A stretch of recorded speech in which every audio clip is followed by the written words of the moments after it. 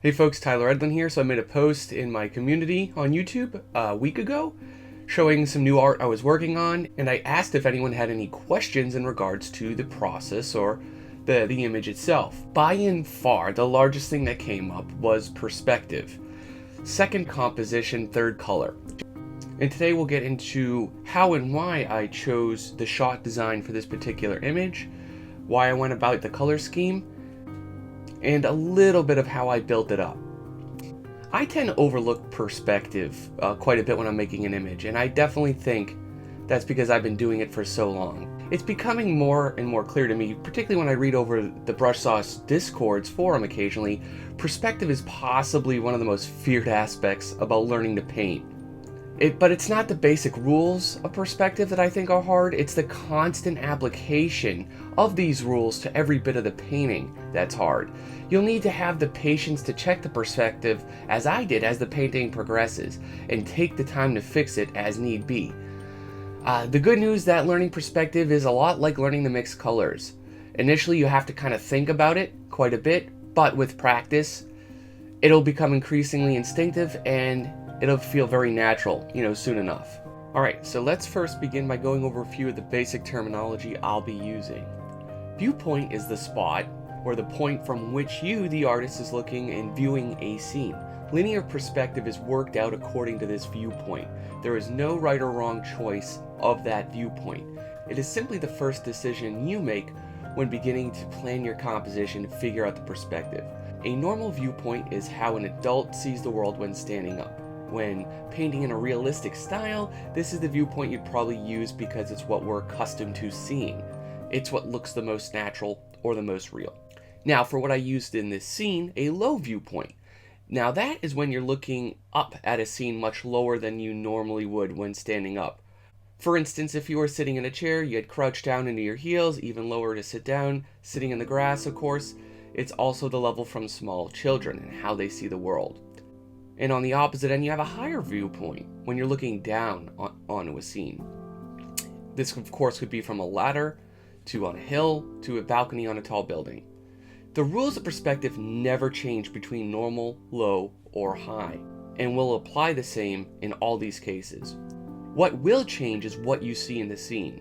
The rules of perspective help us interpret and understand what we are seeing, and enable us to get it right in the painting. Another term I'll be using a lot is the horizon line. Now, the horizon line is a confusing perspective term because you hear it, you tend to immediately think, oh, the horizon is what we see in nature. Imagine like the hill meeting the top of the clouds.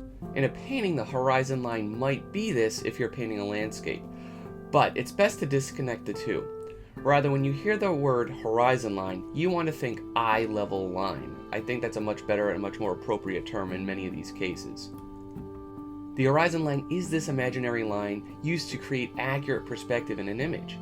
Anything above that horizon line slopes down toward it, and anything below the horizon line slopes up towards it. Depending on what it is and how it's positioned, this may be obvious, or it may be very slight. Now, the last important term for us is vanishing lines. Vanishing lines are the imaginary lines used to create perspective in a painting. They are drawn from the top and bottom of horizontal edges of an object. Right, so what we're looking at here is a diagram of my image, right? We have a very natural hill or slope. We have the shrine on top of it. It's surrounded by many trees. What I'm basically doing and trying to represent in this particular scene is a camera that's slightly on the lower end, that's slightly tilted up. That way, it'll feel like this shrine is in the distance, we're gazing as the viewer up on the hill at it, and we're going to be taking it all in from that sort of perspective. And so, because the camera's facing slightly upward up at the hill, I need to go with a lower horizon in this shot. It is somewhere around that level. It doesn't quite matter where specifically it is, as long as it's on the lower third of the page for me, because that will make it look like we're looking up into a scene rather than down into it. And so, to briefly recap what I covered in the first part of the full-length tutorial at my store, other part of the reason that I'm choosing this sort of perspective, because really it does kind of complement the image and what my goals are for it. I want something a little more mysterious. a little bit something dynamic and eerie, but also not that harsh or threatening. So I'm trying to pick a camera shot that helps me feel this. And the most common thing I see enough is with student works, as I covered there previously as well, that most choose camera angles that simply does not tell us how to think or how to feel. They're usually too set far away or kind of too generic in a sense that they're very kind of flat. So I'm going with a lower shot that's going to make something feel, a little bit more important. We're looking up at the hill. It's a bit of a journey.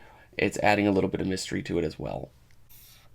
So with the setup there, and this black box in this image right here is the frame for which I drew and constructed the picture. The first step, right, is always setting up a horizon line, which you can see here. And then basically what I did is dropped that first vanishing point right in the center. So all the converging points, right? That's very linear sort of perspective, very one-point perspective. I even like to be aware of what my perspective is if I'm drawing something like a forest or something like a mountainscape. Things where you typically don't think of perspective because it's just all in nature or it's all natural. But yeah, I definitely like to be aware of it, and it helps make my scenes feel as dynamic as I need them to be. The next step would be I add a little bit of that next vanishing point. All right, so you're going to see something like that. Now this is simulating that's going way, way, way off the camera. It is slightly off in this case because I do what I end up doing with this 2-point perspective setup. I tilt it all, just a little bit, and that'll help make it feel, again, that I can fit a little bit more into the space, right? Adding to a little bit of that uneasiness. It's very subtle in the final result because of the hills, but again, I'm trying to envision what this potential scene could look like, right? So we have one vanishing point in, one out, low horizon, slight tilt. And a little bit of the structure of that perspective, I dropped in a slight bit of 3-point shots, right, where we have a vanishing point set way, way, way, way far above the picture plane. It'll help those converging lines up there. It'll really help me map out and plot out potentially where the trees are. For what I did on the first part of the sketch was simply draw a lot of those shapes and those forms, trying to map out where my path to what's going to be a shrine. It's all very placeholder. And once I kind of figure out the terrain, right, the basic landscape, then I'll add a lot of the other elements. Things like where I plan or intend trees to be, and any other kind of supporting elements. So at this stage, and I know one of the questions was about foliage, I'm not thinking of anything so literally yet. I'm looking at the space, the shape relationships, the alignment of them, how I'm repeating them, and how I'm making good use of repetition. So to me, foliage is like a shape of squiggle greens. A sky hole will be like a little bit of a, this blue sort of hole I have for negative space. And again, trees are literally just these cylinder sort of base lines, right? So very, very simple when I'm starting out a lot of shots and or a lot of ideas, right? Like we technically wouldn't see a lot of this. If I think it looks good like this, that's when I'm going to commit. That's when I'm going to jump in. Now, for further reference, if you want help creating the actual perspective brushes, I made a video 9 months ago that highlights these exact steps and process. It actually only takes 5 minutes, but I got a little demonstration that you can follow along for those that want to make their own perspective brushes to save time. Another part of the question is, how do you go about getting realistic colors or atmosphere? I don't consider what I have in my painting immensely realistic. It's a little more interpretive, but all I do is make simple little inspiration boards just like this, and I draw from them. I literally look at them and I ask myself, what do I like about them? Does it capture the essence of what I'm trying to express for a particular image? And just let the colors and the experimenting go from there. And so really for my choice of colors for this particular image, I went back to what I considered my prompt or my own brief. What am I going for? What am I trying to say? This comes a little bit more on the expressive rather than technical side of things. I want to do an old looking forest with a sense of wonder and mystery. Something that feels a little dynamic. So what I did was lay out some color swatches here, right? Blue, green, orange and red, a little bit of yellow, and then green and yellow, like a little bit of orange and red. And I asked myself what I feel personally when looking at these colors, right? And now I know if I feel these things looking at these colors, I'm going to assume at least somebody else out there will feel the same, or I'm going to hope that they do. And then I really just try to ask myself, in this particular scenario, what are the macro and micro color palettes of this? And you can make choosing colors for a painting that simple. So in this one, the bulk of the palette on the macro side would be a little bit of a cooler green like that, with smaller micro accents of the blue. Right? But that would be the split. That would be the palette for this, the dominating and subdominant color. Again, in this one, it's a little bit more of that orangey sort of yellow, right, as the major color, with the dark reds and purples as the secondary and accents. This one, it's mostly like a larger yellow green with, right, the warmer sort of accents. And that's kind of how basic and how simple I approach choosing and selecting the colors for nearly every one of my scenes.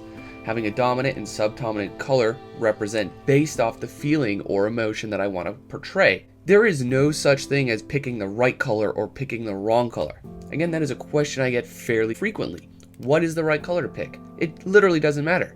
Do and choose the right perspective and the right color palette that best fits what you're trying to say. So to conclude this section of the tutorial, I just wanted to show a few of the first important foundational steps, because we've looked at the perspective, we've looked at the sketch itself, and why I chose some of the colors that I have.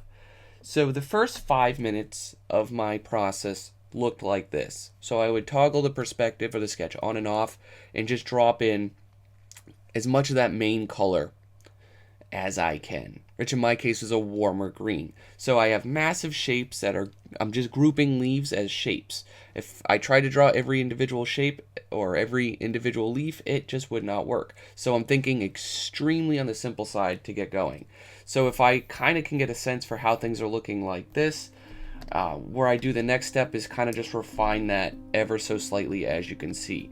So I subtly imply a little bit of lighting at this step. A few marks on the trees, a little bit of mark on the house or the hills, simply showing that the light is kind of coming fairly directly and from the left. So there's literally no detail at all, just blobs of mostly kind of soft and with a little bit of hard shapes. And again, this is about 5 minutes in, just using the biggest brushes that I can, blocking it out as quickly as I can at this step. Now at about the 10 to 15 minute mark, this is where we're at. So I did a bit of a canvas extension and I blocked in more shapes, trying to refine the color a little bit more. Keeping it simple, keeping it direct, and just feeling it out. It does take a little bit of trial and error, and this isn't exactly representative of what the final one will look like, but it's fairly close. Not much changed from this version, right, all the way to that final one. Just detail, just texture, just subtly shifting various aspects and aesthetics, but what I was trying to say always stayed the same. Hey folks, thanks again for watching. I hope some of you found what I was able to provide today of help, answered most of the questions. And again, I do have a full-length version of all of this linked below. It's over 2 hours of commentary, lectures, and demonstrations. I cover shot design, how to convey your idea. I analyze student mistakes in their assignment. I talk about the technical versus the expressive side of coming up with shots and designs, how to maximize contrast, how to set up and frame a shot, color and light, perspective, and of course, the demo of painting of the forest itself. But thanks again for watching, and do take care.